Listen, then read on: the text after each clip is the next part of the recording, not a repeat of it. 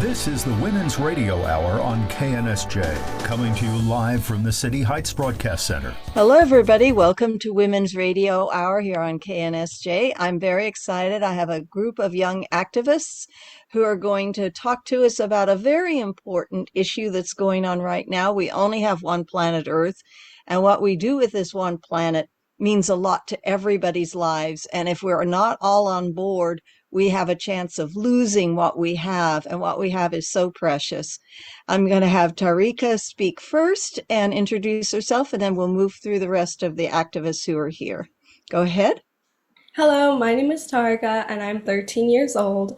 I grew up on a small beach town that was literally 2 minutes away from the ocean, and I always just loved wildlife. So when I started hearing these discussions about the danger our planet is in, I immediately became really worried and I wanted to do something about it.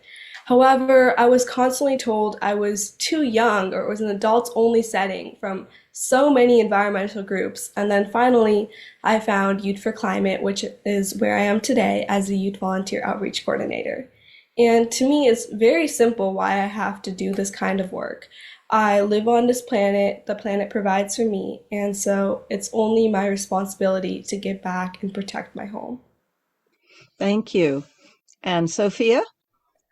Hi, my name is Sofia. I'm 15 years old. I'm an incoming high school sophomore.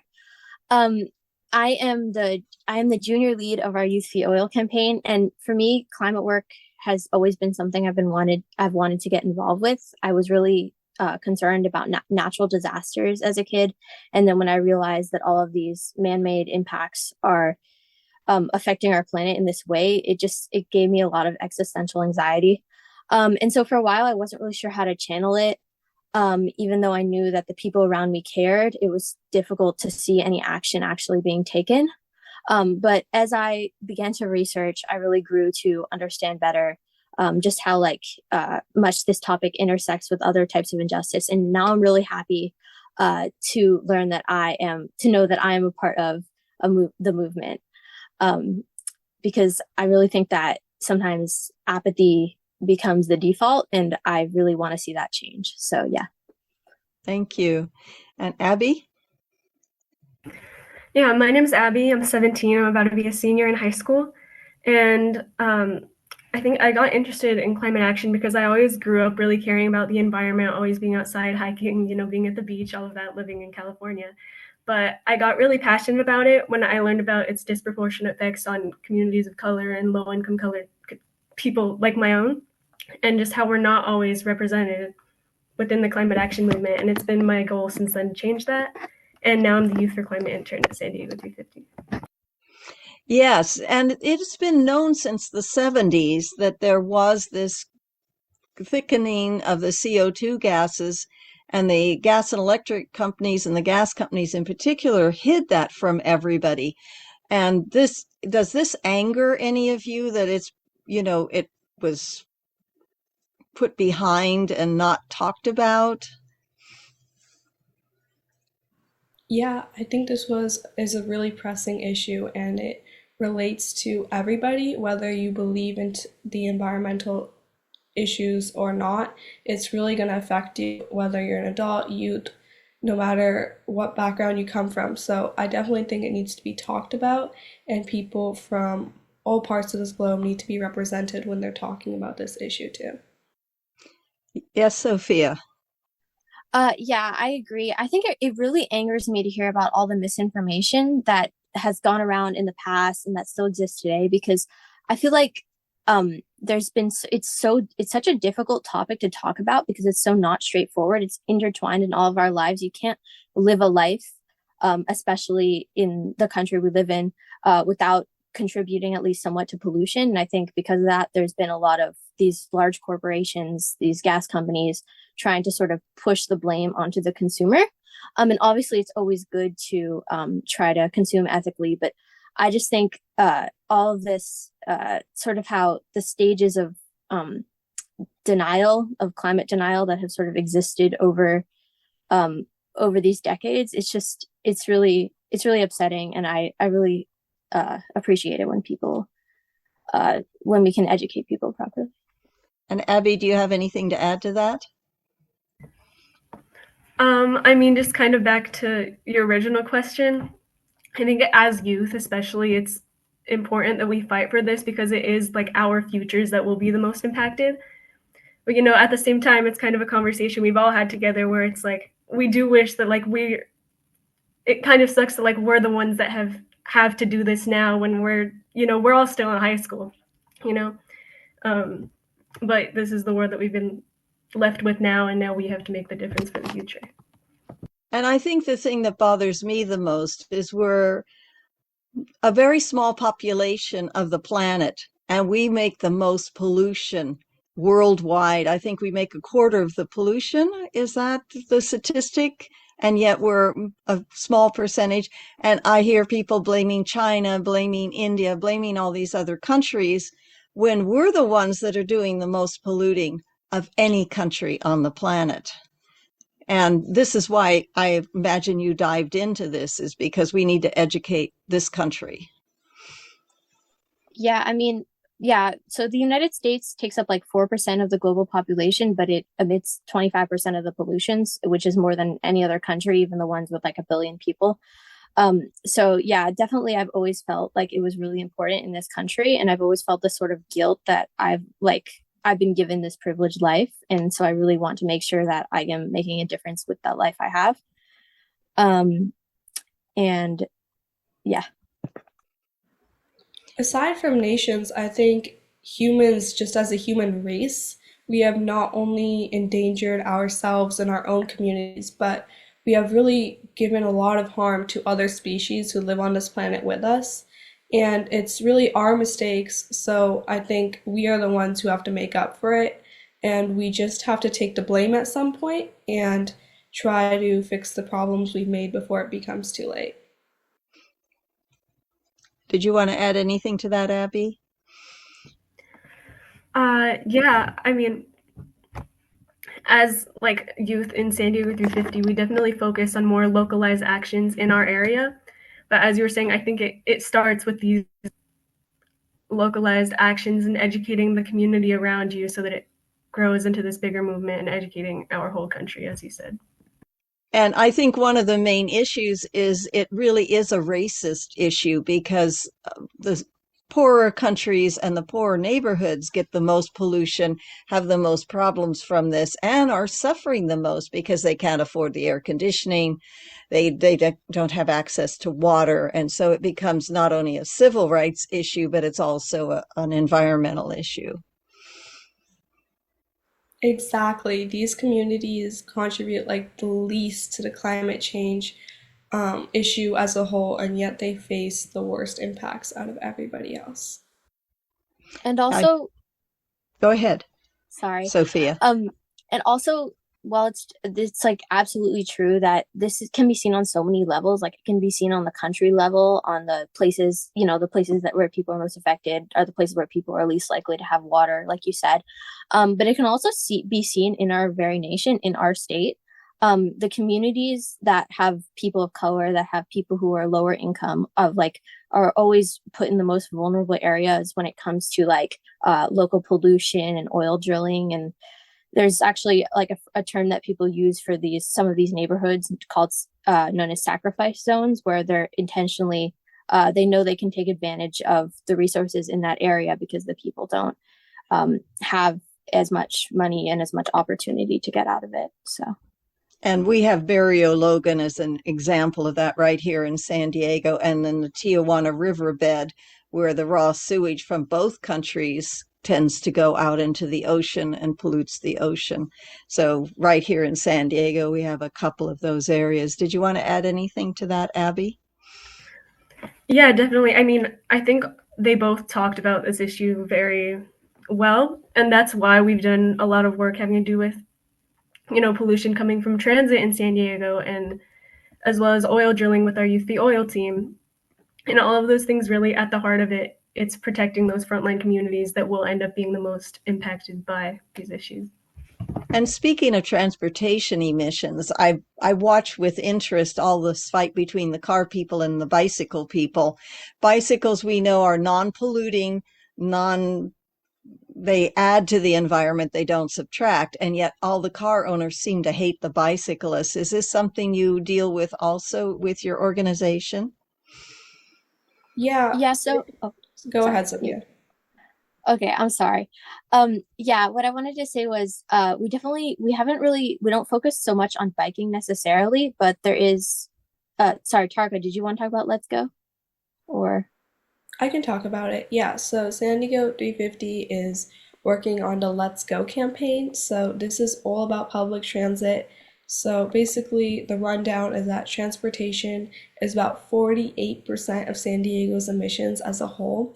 And so by having this poor transit system, we're really forcing people to use cars. And so this is resulting in a lot of greenhouse gas emissions. It's really just not working out well. So people's ability to access schools, anything, is limited if they can't afford to travel by a car. So what this initiative basically does is that it'll add half a cent to sales tax, very, very small, and then this half a cent will contribute to better public transit around San Diego. So this will really help lower our emissions as a county as a whole, and it will really help the elderly who can not necessarily always drive themselves, and the youth who can have a more, they don't have to depend on someone else who can drive for them. Yes, it's the most inefficient thing is to have one person in one car driving somewhere, especially if it's a giant SUV, which has the minimum amount of, they don't stop the pollutants coming out of those vehicles because they're considered work vehicles, whereas cars, they have heavy pollution standards on them. And I just want to put in, up until the Second World War, San Diego had a wonderful trolley system. And I knew one person that used to take the trolley downtown to San Diego High School and back and then after the war, the gas companies took over and they covered all of the trolley tracks and broke the trolley system, because we have the trolley barn park right there in University Heights, and we had a trolley that went right through South Park where I live downtown, and there was a trolley that went up to Balboa Park, and all of these are gone because the gas companies decided they wanted to have that revenue rather than public transportation, and now we have to go back to what they destroyed. How many years ago is that? 60 years ago, 70 years ago. So it's really, yeah. Yeah, I think that's a really great example of just sort of the ways in which these industries sort of like, because they're so ingrained into our world, they sort of manipulate things so that like they can function in to their advantage, which is why Let's Go is really exciting, because it benefits so many people. It'll create more green jobs for people working for different transit systems, like the train lines, the MTS, so like bus systems. And then it also benefits drivers because it decreases traffic, and also certain funding goes to potholes. So it's really exciting all around. And what we don't realize in this country is a lot of European countries subsidize public transit so it's cheaper for people to go on it, to encourage them not to get into their cars. And then they also have high tax prices on their gasoline per liter. And the car licenses, I was just discussing with a friend of mine, there's $200 a year to get a car license in Germany. So you have to have a certain amount of money to be able to drive, and then you're paying more for your gas. We need to implement some of these in this country so we're less likely to drive everywhere. I agree, though I do think that like making public transit cheaper should always be prioritized above making anything more expensive, because our whole priority should be to make things more accessible to people and to right. Yeah. I agree with you. I talked to one trolley person, and he said if we stopped policing the trolleys and gave everybody free rides, we would break even. It's costing that much just to try and get people to pay the fares, and they could just let everybody ride for free. And I think they would get a lot more business that way. So what else are you working on? Are you working also with what land use issues with this project? Yeah, I mean, I can give a little bit of background about regarding another topic that we've been really focused on recently, and recently had a big win on. So little backstory time. Back in 2022, there was a law passed by the Senate, House, and Governor that essentially prevented new oil drilling from occurring within 3,200 feet of people's homes, communities. It might sound familiar to you, as Emma and Abby on previous episodes have talked about it. And so this was a really, really crucial bill when it comes to like environmental justice, when it comes to the areas where because currently there was no restrictions for drilling right next to communities, causing all these adverse health effects. So it was like a really great bill. And then we were really excited about it because back then our campaign had fought to pass it. But then in 2023, it was overturned through an initiative by fossil fuel companies, which essentially gathered petitions from people by spreading this false information about telling people that this would raise gas prices and other like false assertions. There's been several like exposés about it.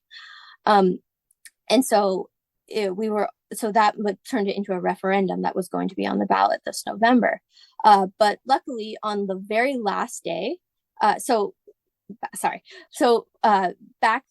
when we heard about this, we really developed our campaign strategy centered around making sure that people would vote keep the law with SB 1137 and make sure that people would keep the law and make sure it would still be implemented, the setbacks, and also for the regulations. And so it was like a really big statewide campaign, the Safe and Healthy California campaign that we were involved with, that Pressure at the Capitol was involved with, the California Capitol. But luckily that we don't have to vote on the ballot anymore, because on the very last day it was possible. The oil companies withdrew the referendum. And so it's in effect right now. So it's really exciting. Anyone else want to add extra details? Yeah, this is a huge win, and this shows how grassroots organizations like us can put pressure on these billion-dollar industries like big oil. So it really shows how much power youth have, how much power we have if we collectively join our efforts and like focus on a strategy to fight against big oil. Just going to let everybody know you're listening to Women's Radio Hour at 89.1 FM on your dial, KNSJ, your social justice network here in San Diego. And I have the youth activists on that are working to help save the planet from the crazy people who don't care. And I'm really enjoying the energy of listening to what you have to say. So this is one of the wins. Are there any other wins you've been having lately with your activism? Youth4Climate was part of the school electrification campaign a couple years back, so that was really interesting, and we passed a resolution at 2 school districts, so that was definitely very exciting. And so this is the first year the electric buses are going out for transportation, and it took that long to implement. Is that what's happening? So with the 2 different resolutions, there's one in the Sweetwater district in like the Chula Vista area, and then the San Diego district in like obviously the city of San Diego area. And so for each resolution, there are different timelines for different projects that will be going on within the school districts. But I believe that it is the deadline for them to begin rolling out those is sometime next year. Yeah. Okay, because I thought I saw electric buses are coming, big poster the other day, but I get ahead of myself with these things. I'm like, yes, finally. And then things seem to go slower than you think. So that's really good because, again, diesel fuel is really toxic to the environment. Do you follow which kind of fuel is the most beneficial for the planet? Do you get into that in part of your activism, advocating for certain types of fuels, or is that something that you don't touch? I think we mostly focus on limiting CO2 and methane emissions. Methane is something that is definitely less talked about by CO2, but it can capture like 4 times as much heat as carbon dioxide does in our atmosphere. So I feel like those are the main two um, emissions that we focus on. And let's tell our Yeah. listeners where methane comes from so that they know what it is. Yeah, so methane really comes from the dairy and meat industries because these animals produce methane when they are like mass breeded for dairy and meat. So that is where most of the methane emissions come from that is in our atmosphere right now. So does that lead any one of you to become vegans and vegetarians because of this, or is that a separate issue? Yeah, I became vegan because of this issue. I was born into a vegetarian family, but I decided to transition to veganism after hearing about this. So that's how it affected me. Yes. Anybody else? Just bringing it back to like regarding the fuels. I think our main focus is really about transitioning to renewable energy, obviously. So we really think it's crucial that we can sort of make sure that the transition to renewable energy is like one that brings people jobs, one that keeps people stable while still benefiting our planet immensely. So yeah, when we like hear about like yeah. So does that bring you into, because SDG&E is trying to get people not to put solar panels on their roofs and not to benefit people who have solar panels. Is that part of one of your battles and struggles that you deal with? Is these kinds of laws? Yeah, I think San Diego 350 does have some petition kind of thing with SDG&E, but I don't think the youth group focuses on anything like that. We recently were really putting all of our efforts in SB 1137, and now for the next couple of months leading up to the election, we're going to focus on Vote for Climate Action. Okay, do you want to explain what that SB number is, what it stands for? Oh yeah, so SB 1137 is the law I was talking about earlier regarding the drilling setbacks. So basically, it's SB stands for Senate bill because the bill was authored in the Senate, and then every bill gets assigned a number. So yeah. Also, wait, I lost my train of thought. Sorry. Anyway, so if you've ever driven through LA, you'll drive through areas where there are these pumps going next to schools, next to homes, in back of apartments, and then they have the big refinery up there with the smoke going up in the air. And it's pretty horrific when you think about it. And some of these people have been living next to these wells for maybe 40, 50 years. Anybody know what kind of toxins people or what kind of diseases people get from living near these facilities? Yeah, you can get childhood leukemia, a bunch of heart diseases, asthma, deficiencies, that's just to name a few. And, as you were talking about, I drive up to LA a lot and just seeing all this oil refineries, all these kind of things that you were talking about, it's really just really, really saddening for me. It's just really sad how we can do this to our own species. And with SB 1137, we found out that 93% of these people living next to these oil wells are people of color. So just realizing that and knowing that is just really sad. And so I feel like it's very empowering to be able to do something about that. So that's also another reason I started joining climate activism. Yes. Anybody have anything they want to add to that? Okay. So while you're working on these different laws, do you also do educational programs in your individual schools, going from school to school, giving talks, giving lectures, sharing information with fellow students, trying to get people to understand? Is that part of your activities? Yeah, so we actually have within Youth4Climate, we have a sort of coalition called the Eco Club Coalition. And so within this club, we have a lot of leaders of different environmental and social justice related clubs at various high schools, and they meet and usually we'll have some sort of like goal we want to focus on for the year. And so all of those clubs will sort of correspond with each other. They can share resources. Oftentimes they'll give presentations to each other. and really make sure that we have some sort of centered focus for what kind of San Diego climate action we want to see at our individual schools and education.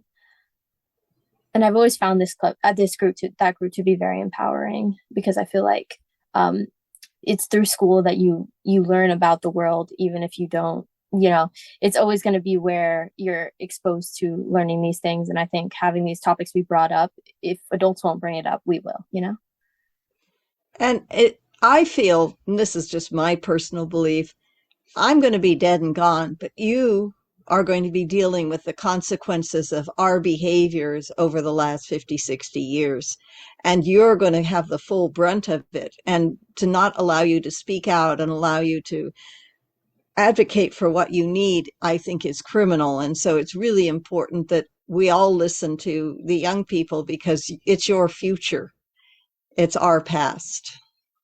Yeah, I mean, the sad fact of the matter is that, like, when I picture my future, like in like 30 years, 50 years from now, I can never like remove the effects of climate change from it. Like, it's always going to be there when I imagine myself, when I imagine the world, the political landscape, how people are living. It's always there, and it's definitely a stressful experience. I think also educating the youth about this is so, so critical, because if we keep the youth away from this problem, it's going to be in our hands in a couple of decades from now. And if we don't even know what the problem is going on, if we were told that it's an adult's problem when we were young, then how are we supposed to fix the flaws? So education is key. From a young age, children need to start learning about what our planet is going through and what they can do to help, so that we are prepared in the years to come for what to do and how to save our planet. Do you ever reach out to elementary schools and give little environmental talks to the younger kids, or is that part of what you like to do? Yeah, so a lot of our work is more focused on high school and sometimes middle school students. This is Abby speaking, by the way. But yeah, I think it's definitely important that as we are working within a youth organization, it is creating this generation that will make like further generations and more like younger kids learn about this from like their older siblings, or someday when we have children in the future and things like that. But yeah, we do focus mostly on high school students, and San Diego 350 has done presentations at like my school and some other schools around the county. Well, and I'm also wondering, because plastics is another oil byproduct. Do you ever get into the plastic story? Because I was just signing a petition this morning, and it said the little throwaway zipper bags take over 100 years, and the trash bags take 100 years to decompose. And this is all coming out of oil production. Is that something you deal with? Yeah, so definitely plastic is not like our primary focus, because Youth4Oil especially, our primary focus has always been about oil drilling in California and air pollution. But obviously plastic is related to air pollution. So, but we do a lot of endorsing and speaking with endorsing certain laws that are still in the process of being passed by the Senate and Assembly in California. And so this is Sofia speaking, by the way. And so we've definitely supported Senate and Assembly bills before that were related to limiting plastic, because we really think that's important. And we always want to keep that in the conversation, especially because oftentimes it's a very easy topic to point to, but then it's a very difficult topic to take action on, because it's so ingrained into how we consume things. Yeah, I notice I belong to different groups, but then when you go and have a get together, you've got the plastic forks and knives, you have the plastic cups, and there's sort of a disconnect sometimes between what we believe in and what we do in our day-to-day lives.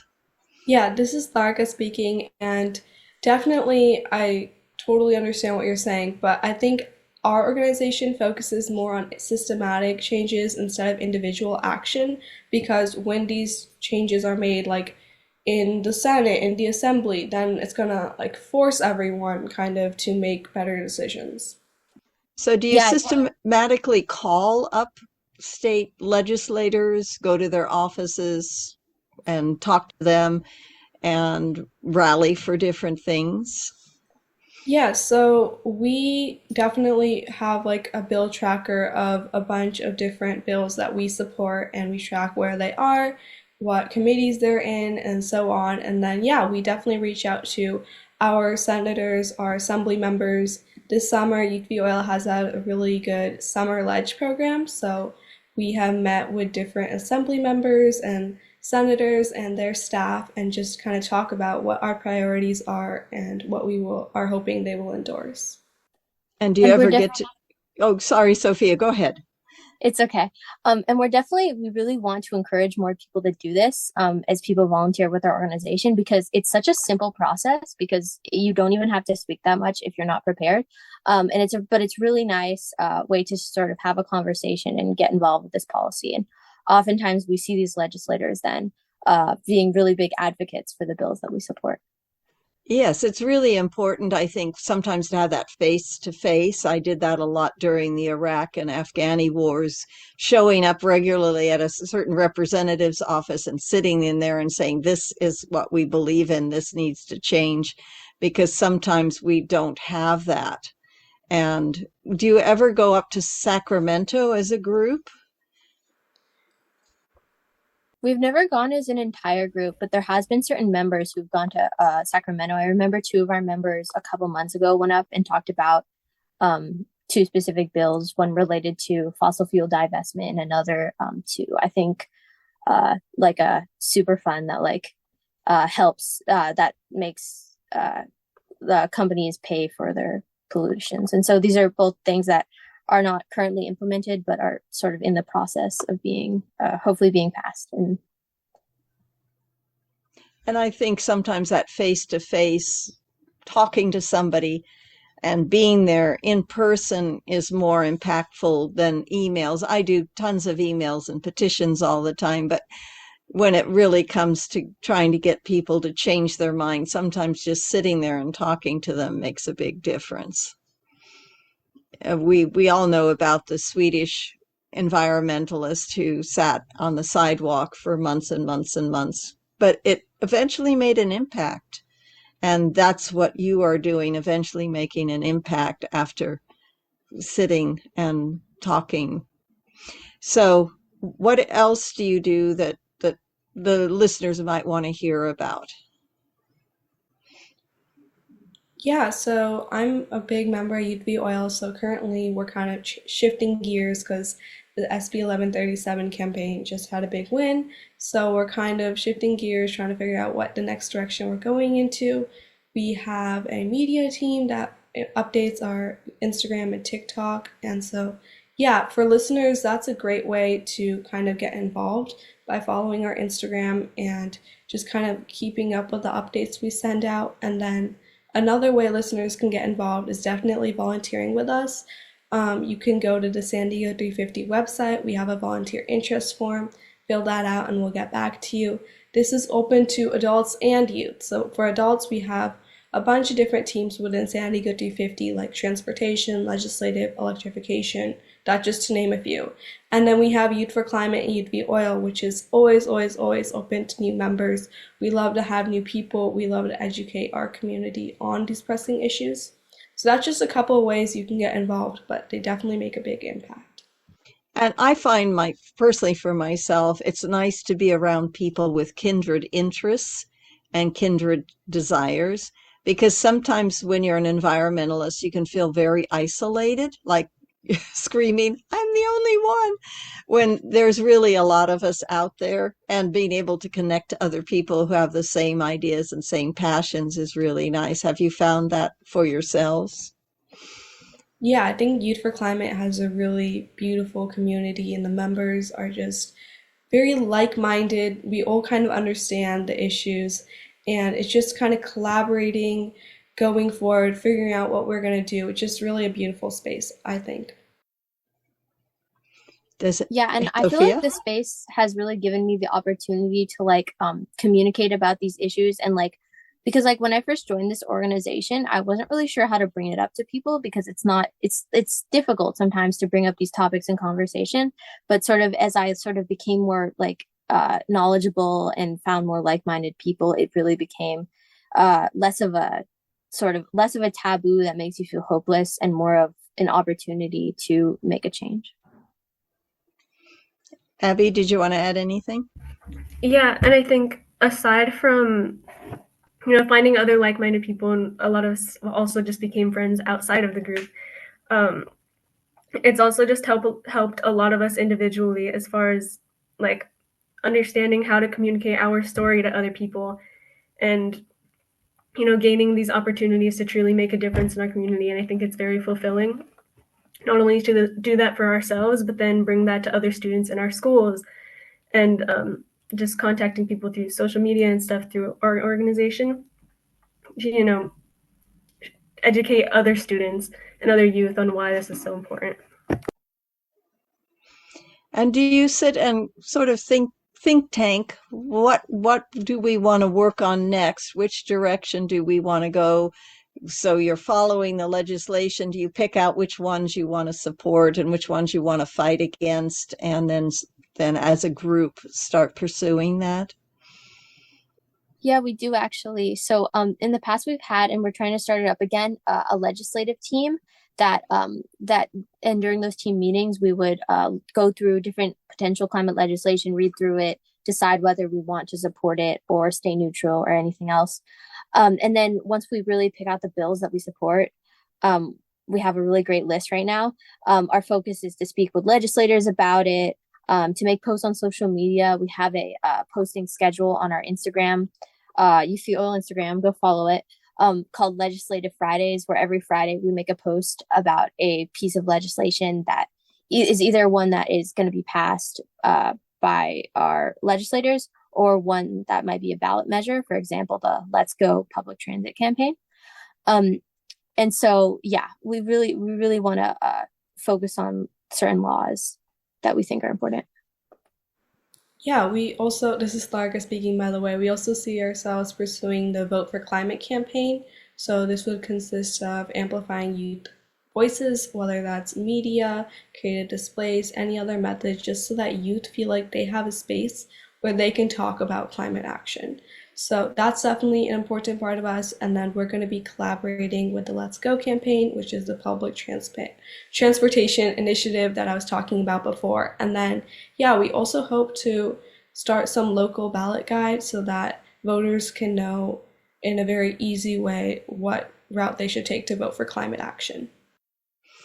Now, I'm going to show my age. Do you find TikTok is an effective way of reaching out to people? Has it been something that has really you've garnered support with?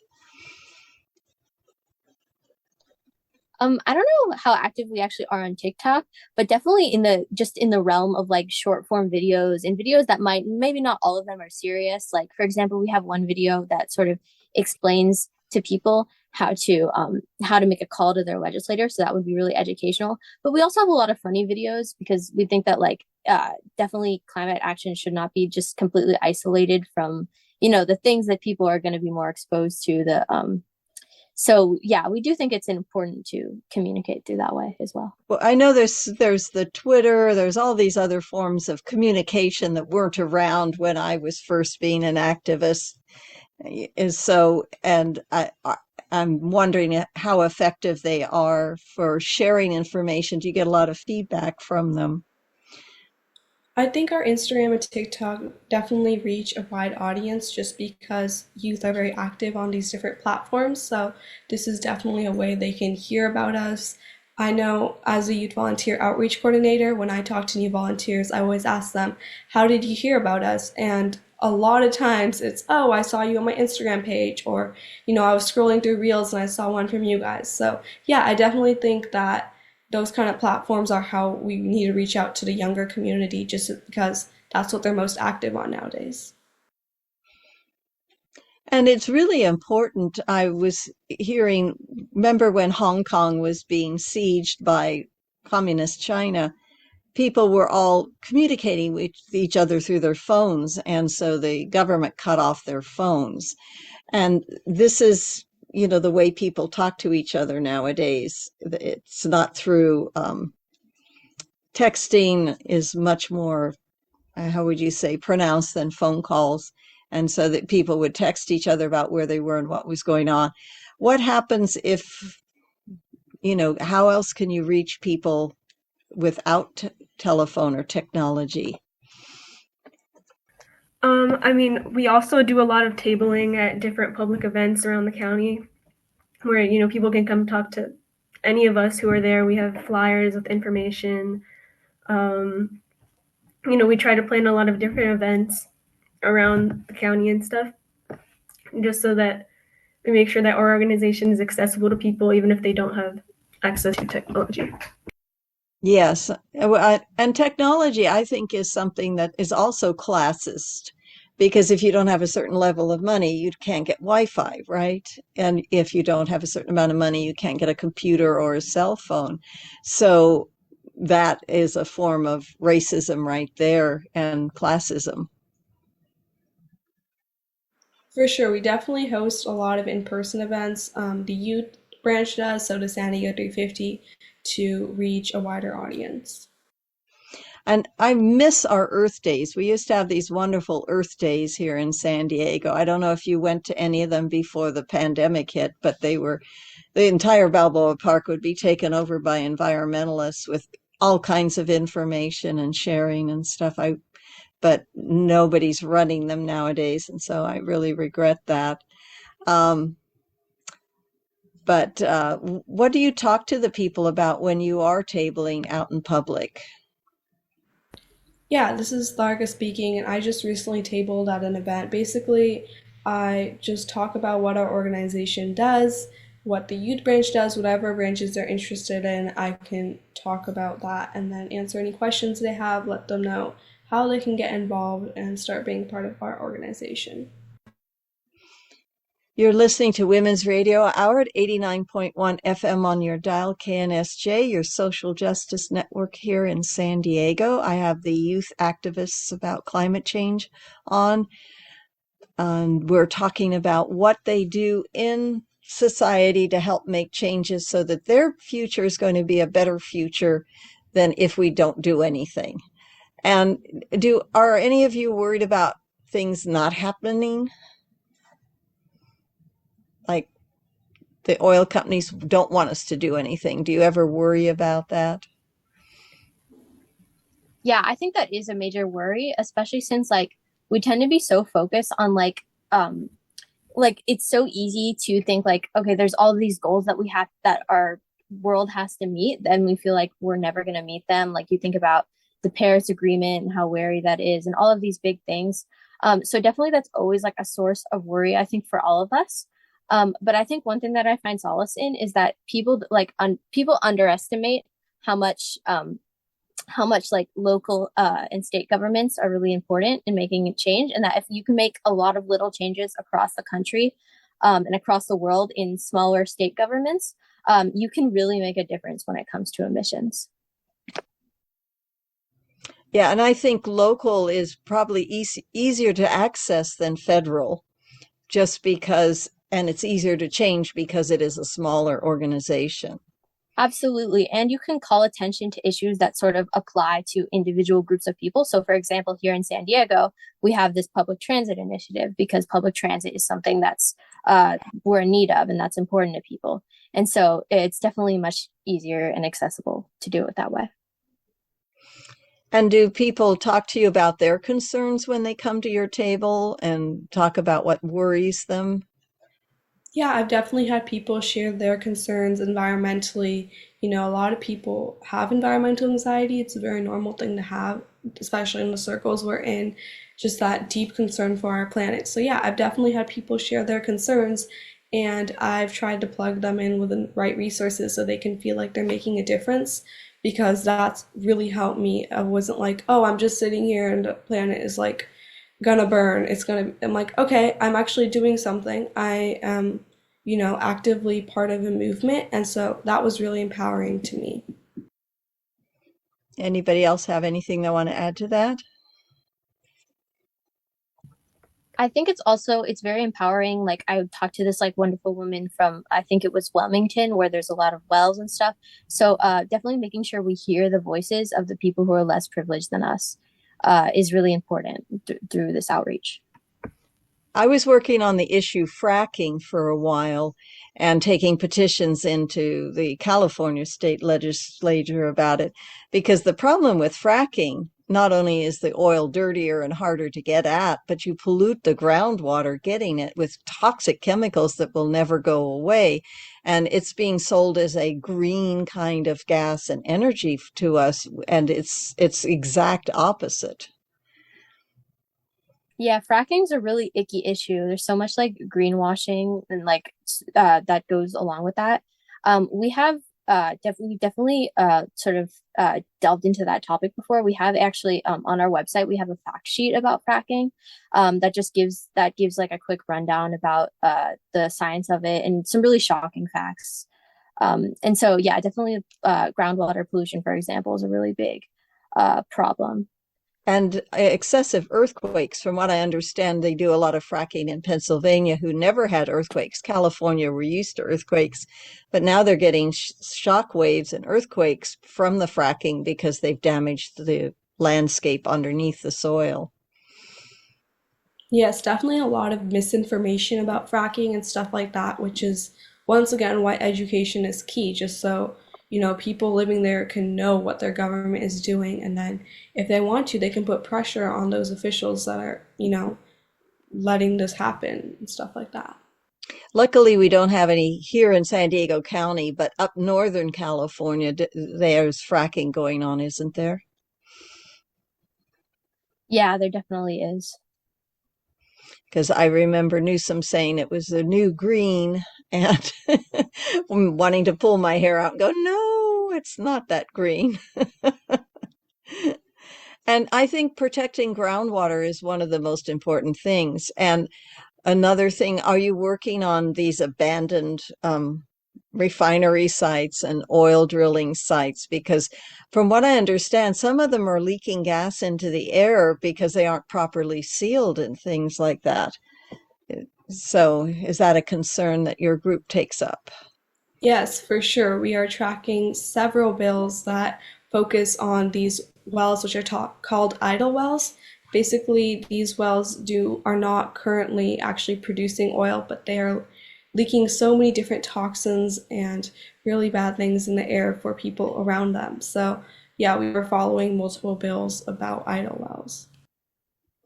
And are there any bills to actually hold the oil companies responsible for these wells after they decide they are not interested in them anymore? Yeah. So currently there's actually currently in the way things are, the process is basically that like every year 4 to 5% of idle wells that companies leave out, so like this tiny percentage, have to be taken down, or the company can pay a fee instead and not have to do the work. So it's this like major loophole that basically like keeps the companies like essentially not accountable at all because they have so much money, it's basically irrelevant. And so one of our idle wells bills, it bumps this number up to 10 to 20% depending on the scenario, and creates no loophole, so the company doesn't have any way to buy out of it.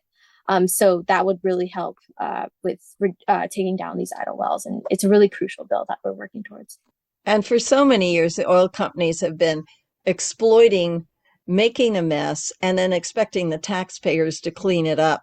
So they're just living on the profits, and then charging us to clean up their messes, which I find is pretty despicable. So we're down to our last 10 minutes. So is there anything we forgot to talk about that you feel is really important that you want to share with the listeners, or anything we should reiterate or talk about again? And also give out your links one more time. Yeah, I just wanted to reiterate how this problem is not just a problem for environmentalists. It's not just a problem for adults.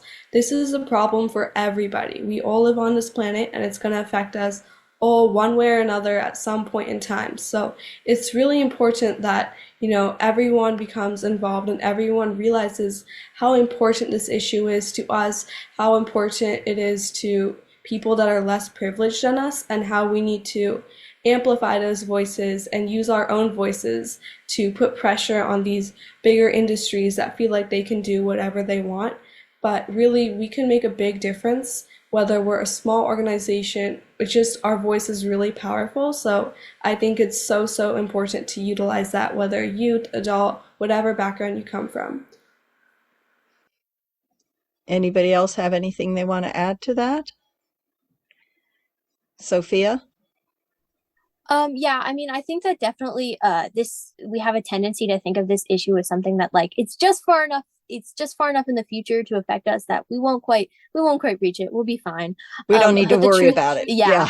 But the truth is that things are happening right now and things will affect you right now. I can ensure that every person on this planet will be impacted in some way, and that the people who are the most vulnerable and the least contributing to the problem are going to be the ones most affected.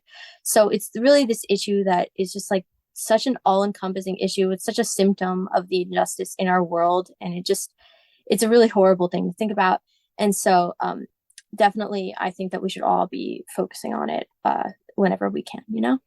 And I think people don't realize, even if we stop putting CO2 immediately into the environment, it's still going to keep accelerating the greenhouse effect, even if we're not making new.